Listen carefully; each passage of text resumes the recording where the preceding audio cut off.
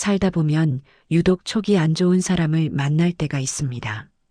말은 청산유수처럼 잘하고 표정은 세상 선한 사람 같은데 이상하게 대화를 나누고 집에 돌아오면 뒷맛이 개운치 않고 왠지 모르게 기가 빨리는 그런 기분 느껴보신 적 있으신가요? 혹시 지금 떠오르는 사람이 있나요? 그때 우리가 느꼈던 그 찜찜한 기분은 틀린 게 아니었습니다. 심리학의 아버지 지그문트 프로이트는 이렇게 말했습니다. 인간은 비밀을 지킬 수 없다. 입술이 침묵하면 손가락 끝이 제잘거린다. 네, 맞습니다. 바로 손입니다. 뇌과학적으로 손은 우리 뇌와 가장 많은 신경이 연결된 신체 부위입니다. 그래서 뇌가 느끼는 불안, 욕망, 초조함, 공격성 같은 본능적인 감정이 필터링 없이 가장 먼저 튀어나오는 곳이 바로 손입니다. 즉, 입은 거짓말을 해도 손은 진실을 말하고 있다는 겁니다. 인생의 깊이를 더하고 세월의 지혜를 함께 새겨가는 곳, 마음의 나이테입니다. 나이가 들수록 사람은 많아지는데 정작 마음 터놓을 진짜 사람은 줄어드는 것 같아 쓸쓸하실 때가 많으시죠? 그럴수록 우리는 옥석을 가려내는 지혜가 필요합니다. 오늘은 FBI 행동 분석관들과 심리학자들이 검증한 당신을 이용하려는 사람의 소름 돋는 손버릇 5가지, 그리고 내 곁에 평생 두어야 할 귀인의 손짓 3가지를 낱낱이 파헤쳐 드리겠습니다. 이 영상을 끝까지 보시고 나면 이제 여러분은 사람을 만날 때 엑스레이를 찍듯 상대의 속마음을 꿰뚫어 보는 통찰력을 갖게 되실 겁니다. 본격적인 이야기에 앞서 지금 보이는 구독과 좋아요 버튼 한번 꾹 눌러주세요. 여러분이 눌러주시는 좋아요 하나가 더 좋은 지혜를 나누는데 큰 힘이 됩니다. 그럼 지금 바로 첫 번째 위험 신호를 공개합니다. 가장 먼저 살펴볼, 그리고 가장 경계해야 할 유형은 바로 대화할 때 손바닥을 절대 보여주지 않는 사람입니다. 제 지인 중에 정말 사람 좋기로 소문난 김현수 씨가 있었습니다. 항상 웃는 얼굴에 목소리도 나긋나긋해서 주변에 적이 없는 사람이었죠. 어느 날 김현수 씨가 저에게 정말 좋은 투자처가 있다며 조심스럽게 이야기를 꺼냈습니다. 평소 신뢰하던 형님이라 귀가 솔깃해서 카페에서 만났는데 이상하게 그날따라 대화가 겉도는 느낌이 들었습니다. 분명 형님은 웃고 있었고 말 내용도 논리정연했습니다. 그런데 이상하게 제 마음속 깊은 곳에서 이건 하지 말라는 경고음이 울리는 겁니다. 나중에 집에 와서 곰곰이 생각해 보니 딱 하나 평소와 다른 점이 있었습니다. 평소엔 제스처를 크게 쓰며 시원시원하게 말하던 형님이 그날따라 두 손을 테이블 밑으로 꽉 숨기거나 깍지를 낀 채 손바닥을 절대 펴지 않았다는 사실이었습니다. 결국 저는 투자를 거절했고 몇 달 뒤 그 투자처가 사기였다는 사실이 밝혀졌습니다. 그 형님은 본인도 확신이 없거나 저에게 뭔가를 숨기고 있었던 겁니다. 이게 과연 우연이었을까요? 아닙니다. 이건 과학입니다. 세계적인 바디랭귀지 전문가인 앨런 피즈는 그에 져서 당신은 이미 읽혔다에서 흥미로운 실험 결과를 발표했습니다. 강연자가 청중에게 똑같은 내용을 전달할 때 손바닥을 보여주며 말했을 때는 청중의 84%가 긍정적인 반응을 보였지만 손등을 보이거나 손을 숨겼을 때는 긍정적 반응이 52%로 뚝 떨어졌습니다. 역사적으로도 펼친 손바닥은 나는 무기를 가지고 있지 않다. 즉, 너를 해칠 의도가 없다는 평화와 진실의 상징이었습니다. 반대로 손을 주머니에 넣거나 테이블 밑으로 숨기거나 주먹을 쥐고 펴지 않는 행동은 우리 뇌의 변형계가 위협이나 방어 혹은 거짓을 준비하고 있다는 본능적인 신호입니다. FBI 수사관들이 용의자를 신문할 때 책상 밑으로 손을 숨기면 손을 책상 위로 올리세요. 라고 강하게 지시하는 이유도 바로 이 때문입니다. 사람은 거짓말을 하거나 남을 속이려 할 때 무의식적으로 신체 노출을 줄이려 합니다. 내 속마음이 들킬까봐 몸을 웅크리거나 손을 감추는 것이죠. 상대가 당신에게 무언가를 제안하거나 설득하는데 손바닥은커녕 손을 계속 테이블 아래에 두고 있거나 팔짱을 낀 채 손을 겨드랑이 사이로 숨기고 있다면 그건 나는 당신에게 내 모든 패를 보여줄 생각이 없습니다라는 무언의 선언입니다. 입으로는 우린 가족이잖아요. 믿으세요라고 말하지만 손은 나는 챙길 것만 챙기겠다고 말하고 있는 것입니다. 셰익스피어는 희곡 햄릿에서 이런 명대사를 남겼습니다. 사람은 웃고 또 웃으면서도 악당일 수 있다. 얼굴의 미소는 가면일 수 있습니다. 하지만 긴장해서 땀이 찬 손, 주머니 속에서 떨고 있는 손, 꽉 쥐어서 하얗게 질린 주먹은 거짓말을 하지 못합니다. 구독자 여러분, 사람을 너무 의심하며 사는 것도 피곤한 일입니다. 하지만 순진한 것과 지혜로운 것은 다릅니다. 누군가와 중요한 대화를 할 때 슬쩍 테이블 위를 한번 보세요. 상대방이 편안하게 손바닥을 보여주며 이야기하고 있다면 적어도 그 순간만큼은 그 사람이 진심을 다하고 있다는 증거입니다.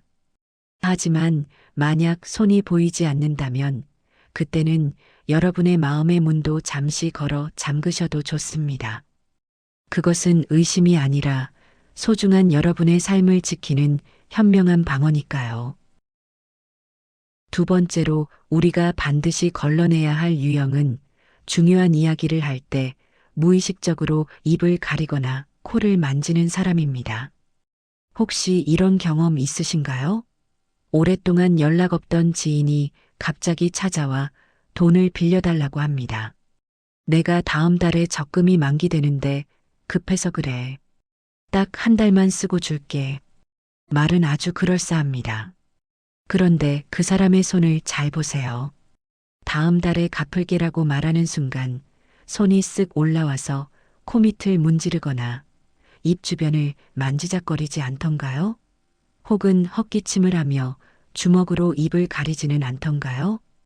우리는 대수롭지 않게 코가 가려운가 보다, 목이 잠겼나 보다 하고 넘깁니다.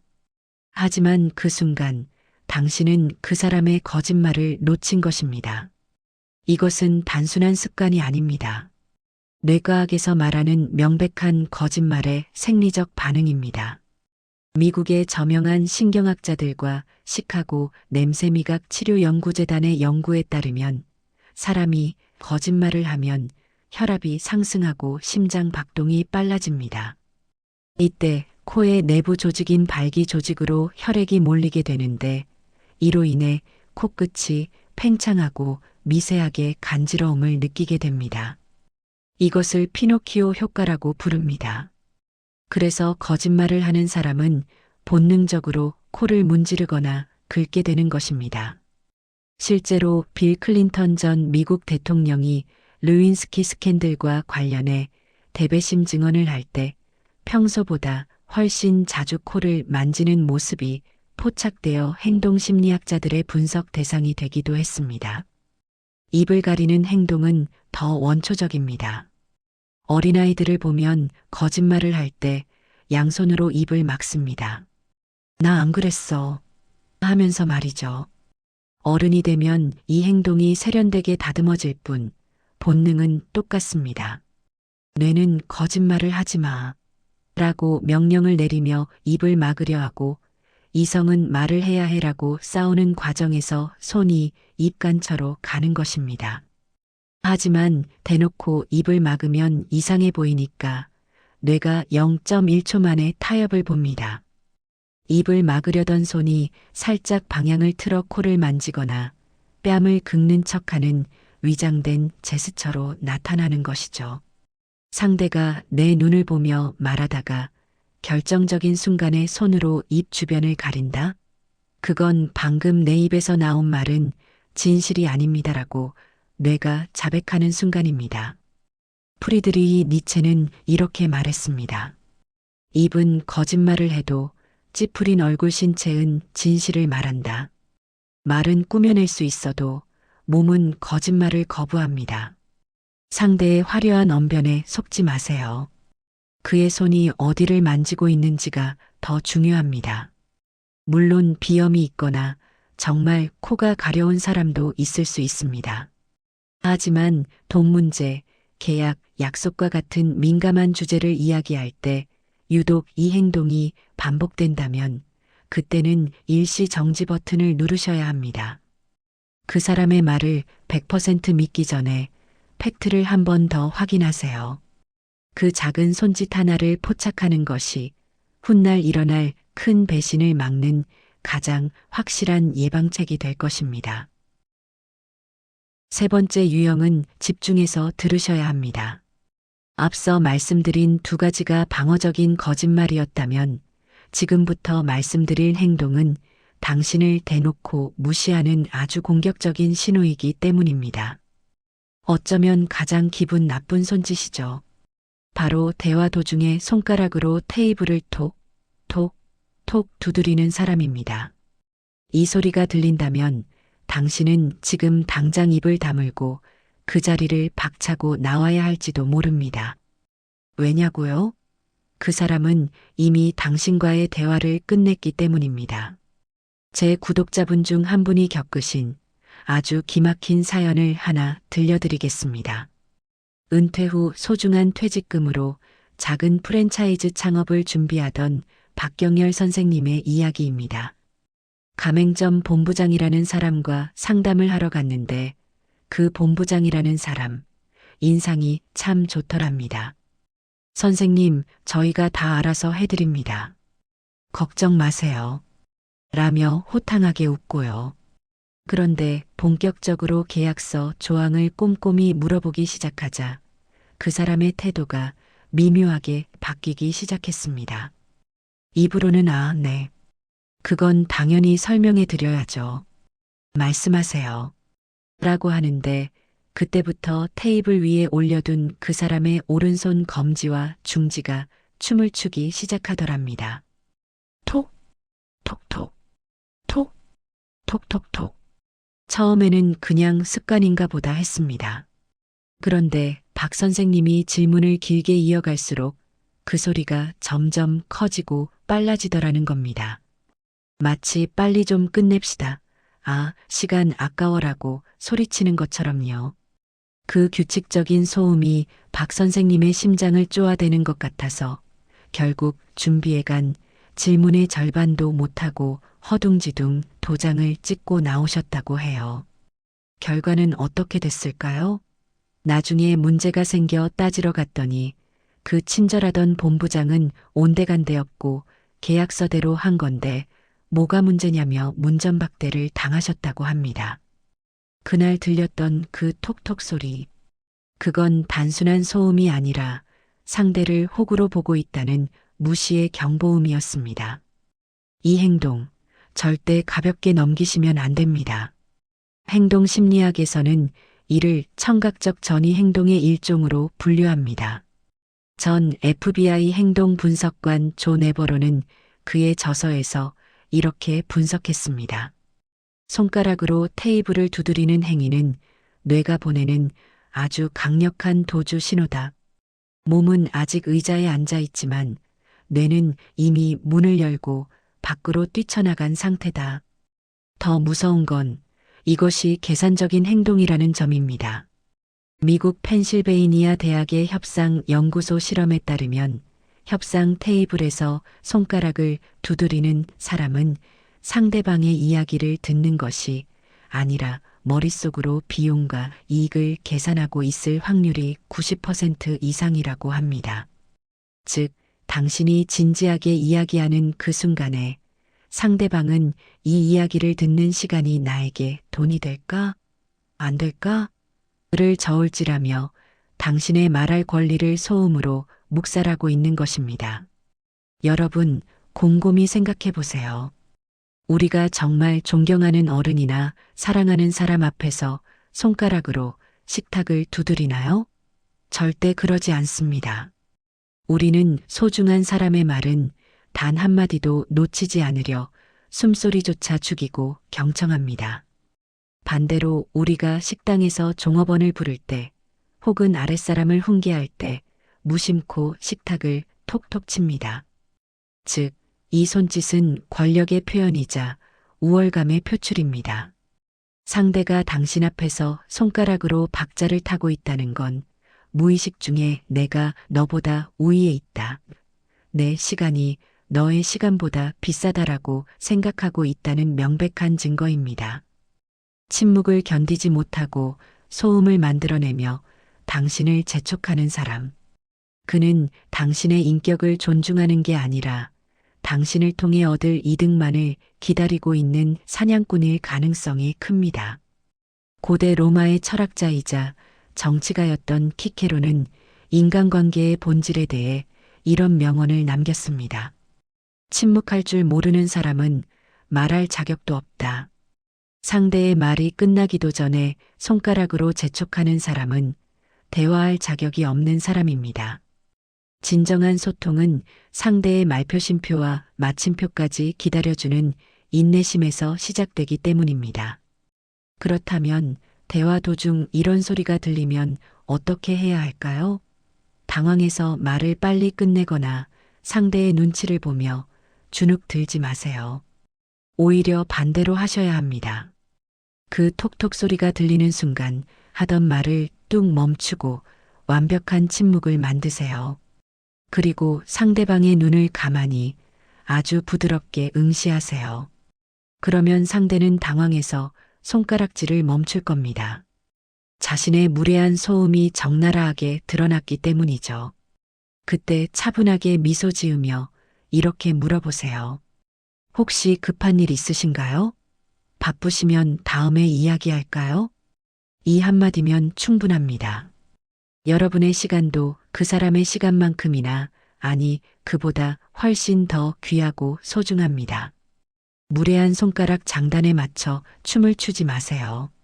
대화의 속도는, 그리고 인생의 속도는 바로 당신이 결정하는 것입니다. 네 번째로 우리가 반드시 피해야 할 사람, 아니, 더 정확히 말하면 내 인생에서 영구 퇴출시켜야 할 사람입니다. 대화할 때 습관적으로 검지손가락을 펴서 당신을 가리키거나 허공을 찌르며 훈계하는 사람입니다. 앞서 말씀드린 손짓들이 당신을 속이거나 이용하려는 여우 같은 행동이었다면 지금 말씀드리는 이 행동은 당신을 힘으로 짓누르려는 호랑이 흉내를 내는 행동입니다. 많은 분이 나 잘되라고 하는 소리겠지. 원래 성격이 좀 강한 사람이니까 하고 참고 넘어가시는데 절대 그러시면 안 됩니다. 이 손짓은 당신의 자존감을 갉아먹는 가장 날카로운 흉기이기 때문입니다. 제 후배 이정훈 씨가 겪었던 일입니다. 이정훈 씨에게는 소위 멘토를 자처하는 대학 선배가 한 명 있었습니다. 만날 때마다 술을 한 잔 사주면서 다 너를 아껴서 하는 말이야 라며 인생 조언을 늘어놓곤 했죠. 그런데 그 선배에게는 고약한 버릇이 하나 있었습니다. 술이 들어가고 이야기가 길어지면 꼭 오른손 검지를 펴서 이정훈 씨의 가슴팍이나 미간 쪽을 콕콕 찍듯이 가리키는 것이었습니다. 야, 너는 그게 문제야. 내가 딱 보니까 너는 절박함이 없어. 손가락이 눈앞에서 왔다 갔다 할 때마다 이정훈 씨는 본능적으로 고개를 뒤로 빼게 되고 몸이 움츠러들었습니다. 선배의 말이 맞고 틀리고를 떠나서 그 손가락질을 당하는 순간 마치 취조실에 앉아 있는 죄인이 된 기분이 들더랍니다. 반박하고 싶어도 그 손가락이 입을 막는 것 같아 네.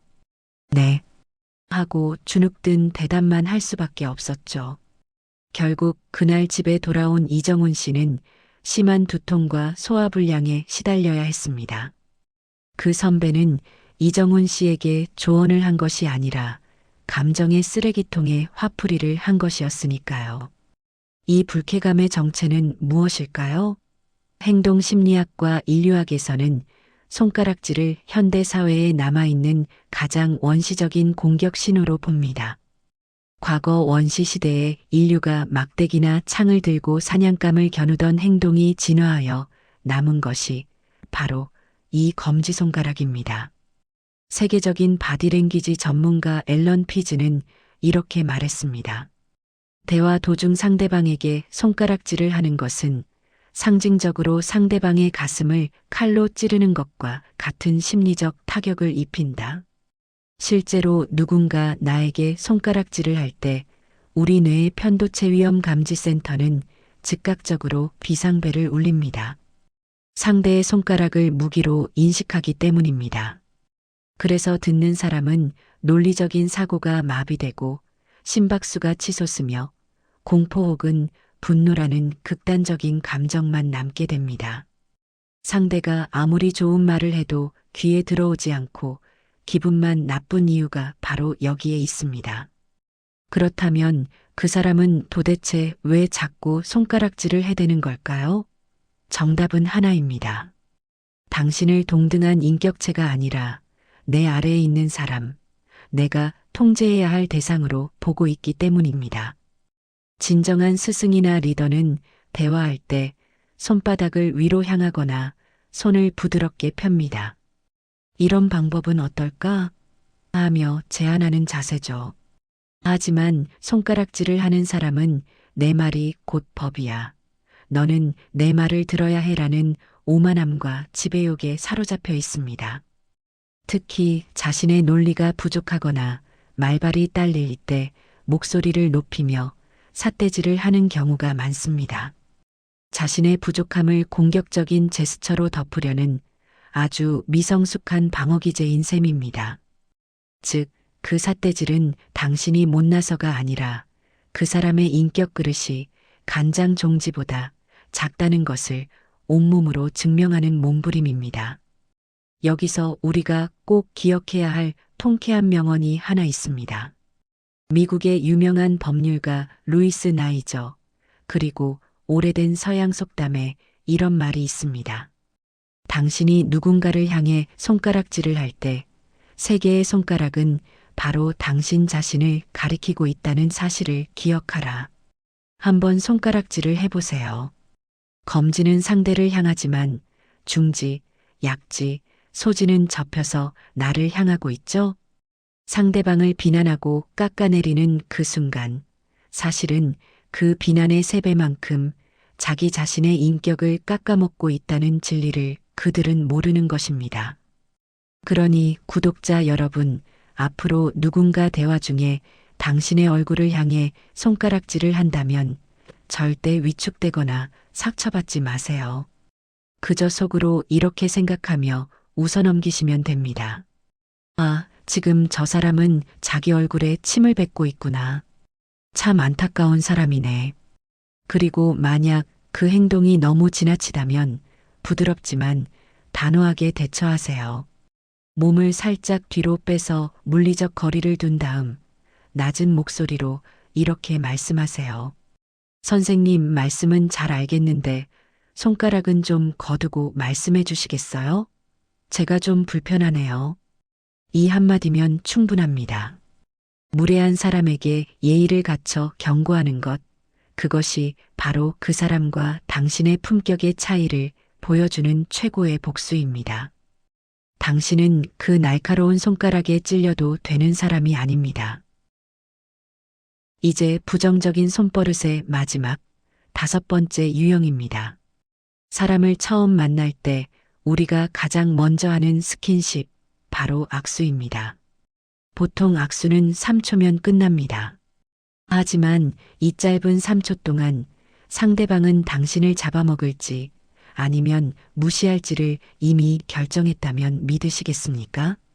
극단적으로 손에 힘을 꽉 주어 내 뼈를 으스러뜨리려는 사람, 그리고 반대로 마치 죽은 생선을 만지는 것처럼 힘없이 손을 내미는 사람.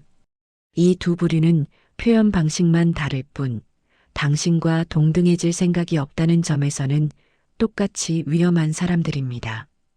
저의 오랜 지인인 사업가 정민수 사장님의 이야기를 들려드릴게요.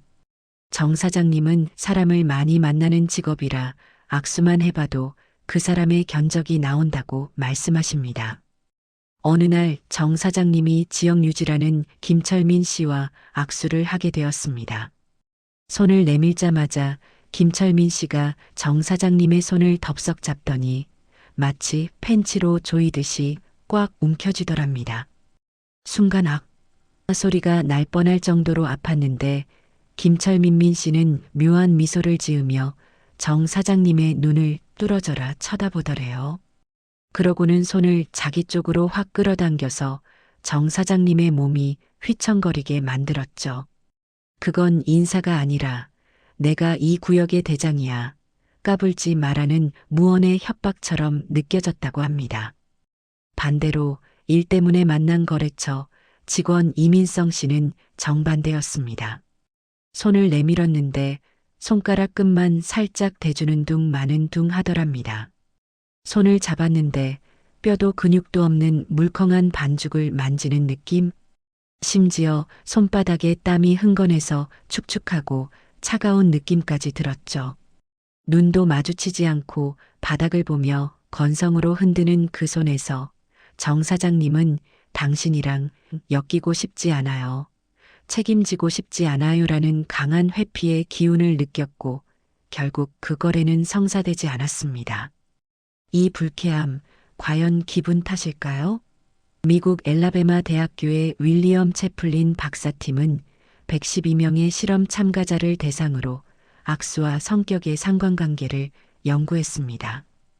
결과는 아주 명확했습니다. 손이 부서져라 꽉 쥐는 일명 본 크러셔 유형은 외향적이지만 공격적이고 지배욕이 강하며 남의 위에 서려는 성향이 매우 높게 나타났습니다. 이들은 악수를 인사가 아닌 서열 정리의 도구로 씁니다. 초반에 강한 힘을 과시하고 상대를 자기 쪽으로 끌어당겨 상대의 퍼스널 스페이스 개인 공간을 침범함으로써 심리적 우위를 점하려는 고도의 기선 제압 전술인 것입니다. 반대로 힘이 하나도 없는 죽은 생선 악수는 무엇을 의미할까요? 심리학적으로 이는 소극성, 에너지 부족, 그리고 가장 중요한 책임 회피를 상징합니다. 손을 꽉 잡지 않는다는 건 나는 당신과 깊게 연결되고 싶지 않다는 뜻입니다. 이런 사람들은 매사에 열정이 없거나 결정적인 순간에 발을 빼고 도망칠 준비가 되어 있는 경우가 많습니다. 여러분, 악수의 유래를 아시나요? 고대 기사들이 내 손에는 칼이 없다는 것을 보여주며 서로의 맨손을 잡는 것에서 시작되었습니다. 즉, 악수의 본질은 평화와 평등입니다. 그런데 힘을 과하게 줘서 상대를 아프게 한다? 이건 칼만 안 들었지 폭력입니다. 자신의 힘을 과시해야만 직성이 풀리는 내면이 아주 불안정하고 열등감으로 똘똘 뭉친 사람들의 전형적인 특징이죠. 진짜 강한 사람은 손이 아니라 눈빛과 아우라로 압도합니다. 굳이 손아귀 힘으로 남을 누를 필요가 없으니까요. 반면 흐물거리는 손을 내미는 사람은 당신을 존중하지 않는 겁니다. 자신의 존재감을 드러내지 않고 상황을 모면하려는 사람, 즉 비겁한 사람일 확률이 높습니다. 손끝에 힘을 싣지 않는 사람은 인생의 무게도 짊어지지 않으려 합니다. 동양의 고전 책은담에는 인간관계의 적절한 태도에 대해 이런 구절이 나옵니다. 대나무는 속이 비어 있으나 마디가 있어 강하고 부드러우나 꺾이지 않는다. 진짜 좋은 악수, 진짜 좋은 사람은 대나무 같습니다. 손을 잡았을 때 부드러움이 느껴지지만 그 안에 단단한 심지가 있는 사람. 나를 누르지도 않고 그렇다고 나를 놓아버리지도 않는 따뜻한 단단함. 그것이 바로 우리가 찾아야 할 귀인의 손입니다. 그렇다면 이런 극단적인 사람들을 만났을 때 어떻게 해야 할까요? 당하고만 있지 마세요. 만약 누군가 내 손을 으스러져라 꽉 쥔다면 아파하며 찡그리지 마시고 그 사람 쪽으로 반 발짝만 성큼 다가서세요. 그러면 물리적 거리가 너무 가까워져서 상대방이 당황하게 되고 자연스럽게 손에 힘을 풀게 됩니다. 상대의 공격적인 공간 침범을 역이용하는 것이죠. 반대로 죽은 생선 같은 손을 만난다면 억지로 그 손을 잡으려 애쓰지 마세요. 그냥 빨리 놓아주세요. 그 손의 차가운 온도가 내 마음까지 옮겨오기 전에 관계의 끈도 거기서 멈추는 것이 현명합니다. 손은 마음을 전달하는 통로입니다. 그 통로가 막혀 있거나 오염되어 있다면 굳이 그 길로 가려 하지 마세요. 여러분과 똑같은 온도로 따뜻하게 맞잡아줄 진짜 손은 분명 따로 있으니까요. 자, 이제 독초는 뽑아냈습니다. 그런데 더 중요한 게 남았습니다. 빈자리에 어떤 꽃을 심을 것인가? 이걸 모르면 또다시 잡초가 자라나게 됩니다. 지금까지 배운 5가지 위험 신호만으로는 충분하지 않습니다. 왜냐하면 나쁜 사람을 피하는 것과 좋은 사람을 알아보는 것은 전혀 다른 능력이기 때문입니다. 세상에는 우리를 이용하려는 사람보다 서로의 온기를 나누고 진심으로 아껴주는 좋은 사람들이 훨씬 더 많습니다. 단지 우리가 그들이 보내는 작고 조용한 신호를 놓치고 있었을 뿐입니다. 여러분의 인생을 지켜줄 진짜 귀인을 알아보는 눈, 이 3가지를 모르면 평생 후회하실 수도 있습니다. 그리고 마지막 8번째. 오늘 영상의 결론이자 제가 가장 전하고 싶었던 진짜 어른의 손짓이 남아 있습니다. 이 손짓을 보는 순간 여러분은 눈시울이 붉어질지도 모릅니다. 본격적인 귀인 탐색에 앞서 저와 약속 하나 해주시겠습니까? 지금 영상 아래에 있는 구독과 좋아요 버튼을 한번 꾹 눌러주세요. 이건 단순한 클릭이 아닙니다. 앞으로 여러분이 험한 세상에서 사람 보는 눈을 잃지 않도록 제가 매주 보내드리는 지혜의 나침반을 놓치지 않겠다는 약속입니다. 여러분이 더 지혜롭고 단단해질 수 있도록 저도 계속해서 좋은 영상으로 보답하겠습니다. 자, 그럼 이제 진짜 보석 같은 사람들을 만나러 가보실까요? 첫 번째로 우리가 찾아야 할 귀인의 손짓, 그것은 바로 대화 내내 양손바닥을 편안하게 보여주는 사람입니다. 앞서 손을 감추는 사람이 위험하다고 했죠? 그 정반대라고 보시면 됩니다. 특별한 제스처를 취하지 않아도 그냥 테이블 위에 손바닥을 펴놓고 있거나 제스처를 할 때 손바닥 안쪽이 훤히 보이는 사람. 이런 사람을 만나면 우리는 본능적으로 이렇게 느낍니다. 아, 이 사람 참 편하다. 왠지 모르게 믿음이 간다. 제가 아는 한 은퇴한 교수님이 계십니다. 그분은 현직에 계실 때도 은퇴한 지금도 주변에 늘 사람이 끊이지 않습니다. 제자들이 매번 찾아와 고민을 상담하고 인생의 조언을 구하죠. 비결이 뭘까 유심히 관찰해 봤더니 그분에게는 독특한 습관이 하나 있었습니다. 누군가와 대화를 시작하면 항상 안경을 벗어놓고 양손을 식탁 위에 가지런히 올려두신 뒤 손바닥을 살짝 펴서 상대를 향하게 둔다는 점이었습니다. 어느 날 제가 여쭤봤습니다. 교수님, 왜 항상 손을 그렇게 두세요? 그러자 교수님이 빙그레 웃으며 말씀하시더군요. 나는 너에게 숨길 게 아무것도 없단다. 내 패는 다 보여줬으니 너도 마음 놓고 편하게 이야기하렴. 그 손짓 하나가 상대방의 꽁꽁 얼어붙은 마음을 녹이는 난로였던 겁니다. 이 따뜻한 느낌은 단순한 감성이 아닙니다. 뇌과학적으로 증명된 신뢰의 메커니즘입니다. 인간의 뇌는 타인을 볼 때 가장 먼저 복부와 손바닥을 스캔합니다. 이곳은 우리 신체에서 가장 연약하고 급소가 많은 부위입니다. 동물들도 배를 뒤집어 보이며 복종이나 신뢰를 표시하듯 인간도 무의식적으로 가장 약한 부위인 손바닥을 보여줌으로써 나는 당신을 공격할 무기가 없어요. 나는 당신을 해치지 않아요라는 신호를 보냅니다. 이를 심리학 용어로 오픈 포스처, 개방적 자세라고 합니다. 상대가 손바닥을 보여주면 우리 뇌의 경계 시스템인 편도체가 활동을 멈추고 안정 모드로 전환됩니다. 이 사람은 안전하다는 판단이 서니 자연스럽게 마음의 빗장을 열고 깊은 속내까지 털어놓게 되는 것이죠. 재미있는 연구 결과도 있습니다.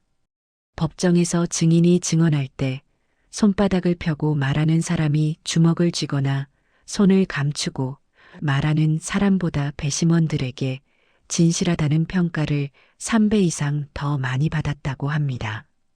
진실은 굳이 큰 목소리로 외치지 않아도 펼쳐진 손바닥을 통해 조용히 전달되는 법입니다. 사기꾼들은 화려한 손놀림으로 시선을 교란하지만 진짜 귀인은 손바닥을 보여줍니다. 이것은 자신감의 또 다른 표현이기도 합니다. 내 속에 거리낄 것이 없고 당신을 속일 의도가 전혀 없다는 당당함이 없으면 나올 수 없는 자세입니다. 대화할 때 손바닥을 보여주는 사람은 계산하지 않습니다. 당신에게 무엇을 뺏을까 궁리하지 않고 오직 당신과 교감하는 데에만 집중합니다. 그래서 우리는 그런 사람 앞에서 무장해제가 되고 나도 모르게 내 진짜 모습을 보여주게 됩니다. 함께 있는 것만으로도 휴식이 되는 사람, 바로 이런 손을 가진 사람입니다. 성경에는 이런 구절이 있습니다. 손을 펴는 자에게는 친구가 모이고 주먹을 쥐는 자에게는 적이 모인다. 세상의 이치는 간단합니다. 내 것을 꽉 쥐고 놓지 않으려는 사람에게는 뺏으려는 자들만 꼬이지만 내 것을 내어주고 보여주는 사람에게는 나누려는 좋은 사람들이 모여듭니다. 구독자 여러분, 혹시 지금 누군가와의 관계가 서먹하거나 상대방이 나를 어려워한다고 느끼시나요? 그렇다면 오늘 누군가를 만났을 때 먼저 테이블 위에 손바닥을 편안하게 올려놔 보세요. 그리고 말해주세요. 나는 당신을 믿습니다. 당신도 나를 믿어도 좋습니다. 말하지 않아도 당신의 그 따뜻한 손바닥이 상대방의 마음을 여는 열쇠가 되어줄 것입니다. 그렇게 먼저 손을 펴는 당신이 누군가에게는 평생 기다려온 귀인일지도 모릅니다. 두 번째로 우리가 곁에 두어야 할 귀인의 특징은 바로 손동작이 크지 않고 정돈되어 있는 사람입니다. 우리는 흔히 열정적인 사람이 좋다고 생각해서 제스처를 크게 쓰고 화려하게 손을 움직이는 사람에게 시선을 뺏기곤 합니다. 물론 그들이 에너지가 넘치는 건 사실입니다.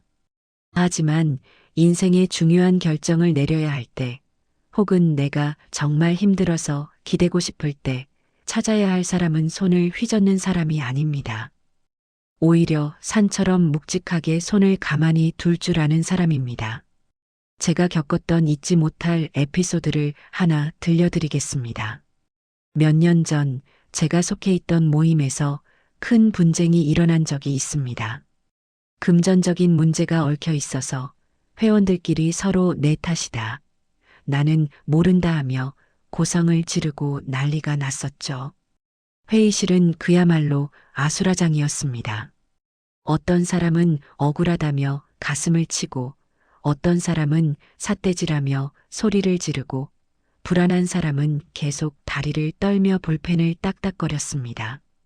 다들 흥분해서 날뛰고 있는데 구석에 앉아 계시던 한 원로 회원분만 유독 달랐습니다.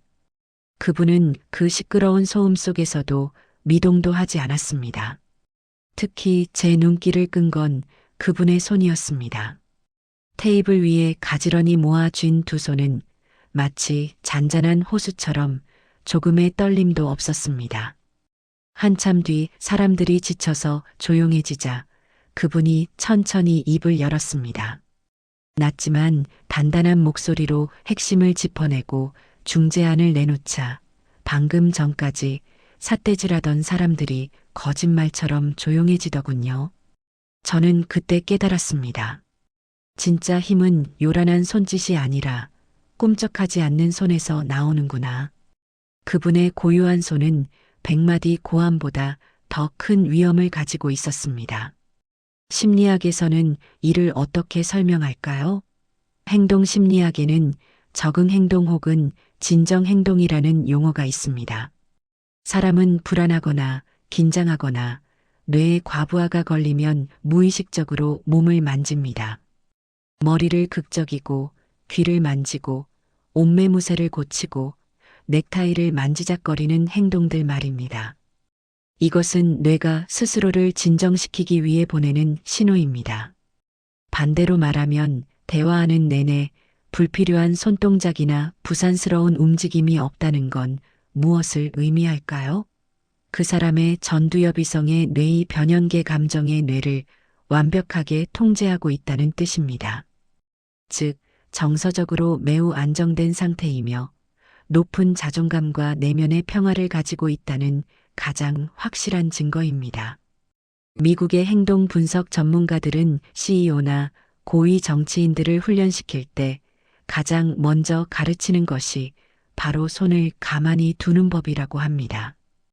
불필요한 움직임을 없애는 것만으로도 상대방에게 신뢰감과 권위를 줄 수 있다는 연구 결과가 수두룩하기 때문입니다.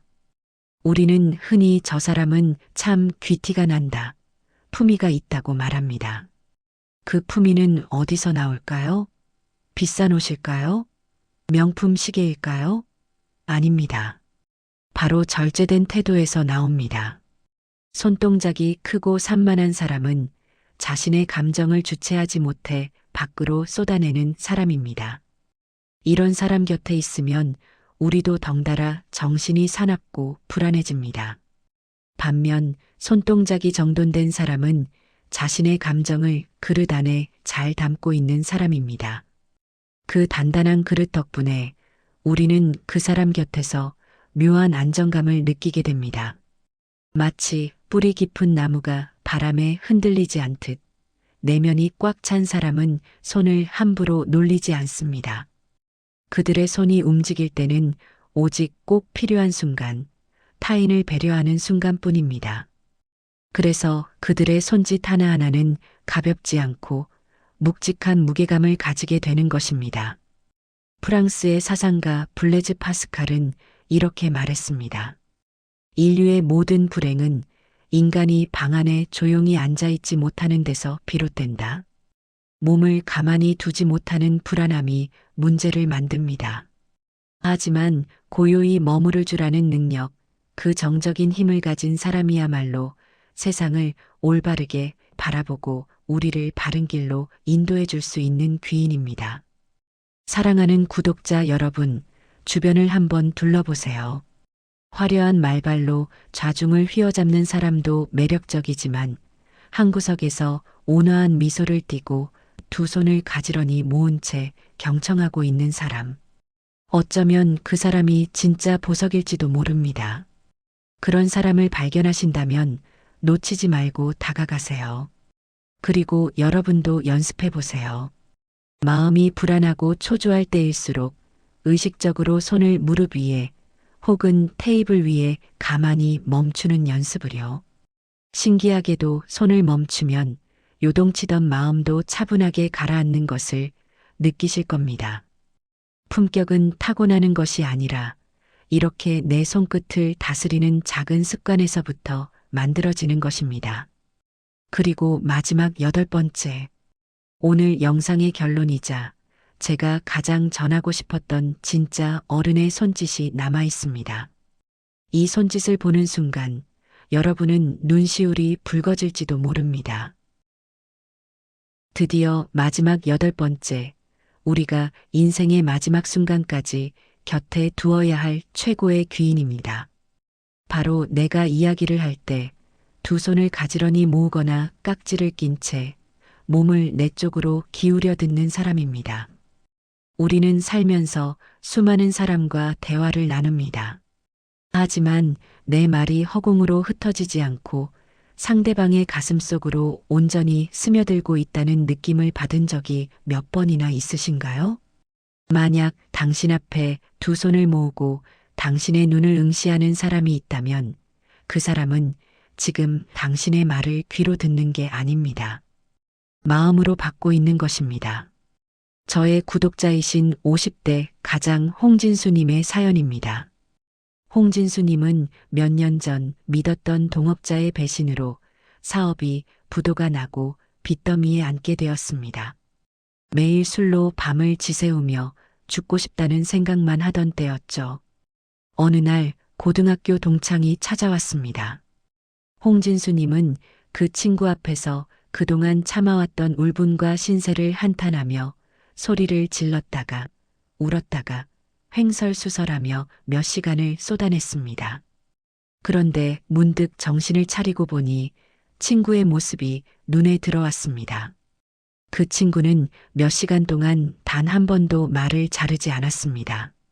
휴대폰을 보지도 않았고 시선을 돌리지도 않았습니다. 그저 테이블 위에 두 손을 꽉 깍지 낀 채 붉어진 눈시울로 홍진수님의 눈만 바라보고 있었습니다. 그 꽉 쥔 손이 H님에게는 이렇게 말하는 것 같았다고 합니다. 친구야, 내가 여기 있다. 내가 다 듣고 있으니까 무너지지만 마라. 100마디 위로의 말보다 흔들림 없이 모아진 그 두 손이 홍진수님을 다시 살게 했습니다. 그 친구는 홍진수님이 쏟아낸 절망을 그 두 손으로 남김없이 받아내고 있었던 겁니다. 이 자세가 주는 감동에는 분명한 심리학적 이유가 있습니다. 대화 중 깍지를 끼거나 손을 모으는 행위는 고도의 집중과 자기 통제를 의미합니다. 사람의 뇌는 남의 말을 들을 때 본능적으로 나도 할 말이 있는데 그건 아니지 하며 끼어들고 싶은 충동을 느낍니다. 이때 손을 꽉 잡거나 모으는 것은 뇌가 지금은 말할 때가 아니야. 온전히 저 사람에게 집중해야 해라고 명령을 내리며 신체적 움직임을 봉인하는 행위입니다. 특히 몸을 상대방 쪽으로 기울이면서 손을 모으는 자세는 행동심리학에서 적극적 경청의 끝판왕으로 불립니다. 당신의 이야기 외에는 세상의 어떤 소음도 내 안에 들이지 않겠다는 강력한 의지의 표현이자 상대방에 대한 최고의 존중입니다. 그래서 카운슬러나 정신과 의사들이 환자의 이야기를 들을 때 가장 많이 취하는 자세가 바로 이 손을 모으고 듣는 자세인 것입니다. 두 손을 모으거나 깍지를 끼면 그 모양이 마치 오목한 그릇이나 바구니처럼 보이지 않나요? 맞습니다. 그 사람은 지금 당신의 입에서 쏟아지는 감정들, 그것이 슬픔이든 분노든 기쁨이든 그 모든 것을 자신의 손 안에 안전하게 담아내고 있는 것입니다. 반대로 팔짱을 끼거나 다리를 꼬고 듣는 사람은 몸을 벽으로 만듭니다. 당신의 말이 튕겨나가죠. 하지만 손을 모은 사람은 당신의 말을 흘려버리지 않겠다는 서약을 하고 있는 셈입니다. 세상에 말을 잘하는 사람은 많습니다. 유창한 화술로 사람을 홀리는 사람도 많죠. 하지만 나의 고통과 두서없는 이야기까지도 소중하게 담아주는 그릇 같은 사람은 드뭅니다. 그런 사람이 곁에 있다면 당신은 이미 성공한 인생입니다. 티베트의 정신적 지도자 달라이 라마는 이렇게 말했습니다. 당신이 말할 때는 당신이 이미 알고 있는 것을 되풀이할 뿐이다. 하지만 당신이 경청할 때는 새로운 것을 배울 수 있다. 그리고 덧붙여 서양의 속담은 이렇게 전합니다. 신은 인간에게 입은 하나, 귀는 두 개를 주셨다. 말하는 것보다 2배 더 많이 들으라는 뜻이다. 손을 모으고 듣는 사람은 이 진리를 몸으로 실천하는 현자입니다. 그들은 자신의 입을 닫고 당신의 세계를 배우려 하는 겸손한 사람들입니다. 누군가 당신의 이야기를 들으며 두 손을 꼭 모으고 있다면 잊지 마세요. 그 사람은 지금 당신에게 자신의 가장 귀한 자산인 시간과 마음을 선물하고 있다는 사실을요. 그러니 여러분도 누군가에게 그런 선물이 되어주세요. 사랑하는 배우자가 자녀가 혹은 친구가 힘든 이야기를 꺼낼 때 하던 일을 멈추고 식탁 위에 두 손을 가만히 모아주세요. 그 고요한 손짓 하나가 100마디 조언보다 더 큰 사랑으로 전해질 것입니다. 오늘 우리는 사람을 꿰뚫어 보는 손의 언어 8가지를 함께 알아봤습니다. 나를 이용하려는 사람들의 손은 숨어 있거나 불안하게 움직이거나 우리를 아프게 했습니다. 반면 나를 지켜주는 귀인들의 손은 보여주고 고요하게 머물며 우리를 따뜻하게 담아주었습니다. 물론 손짓 하나로 사람의 모든 것을 판단할 수는 없을 겁니다. 하지만 이것 하나만은 꼭 기억해 주셨으면 좋겠습니다. 몸은 마음의 그림자다. 마음이 꼬인 사람은 손끝도 꼬여 있고 마음이 열린 사람은 손바닥도 활짝 열려 있습니다. 이제 여러분은 사람을 만날 때 그 사람의 화려한 명암이나 번지르르한 말솜씨에 현혹되지 않을 지혜의 눈을 가지셨습니다. 부디 이 지혜가 여러분의 남은 인생을 지키는 튼튼한 방패가 되기를 바랍니다. 독초 같은 인연은 솎아내고 향기로운 꽃 같은 인연들로 여러분의 화단을 아름답게 채우시기를 진심으로 응원합니다. 오늘 영상이 여러분의 인간관계에 작은 이정표가 되었다면 주변의 소중한 분들에게도 이 영상을 공유해 주세요. 함께 지혜를 나누면 우리 곁엔 더 좋은 사람들이 가득해질 테니까요.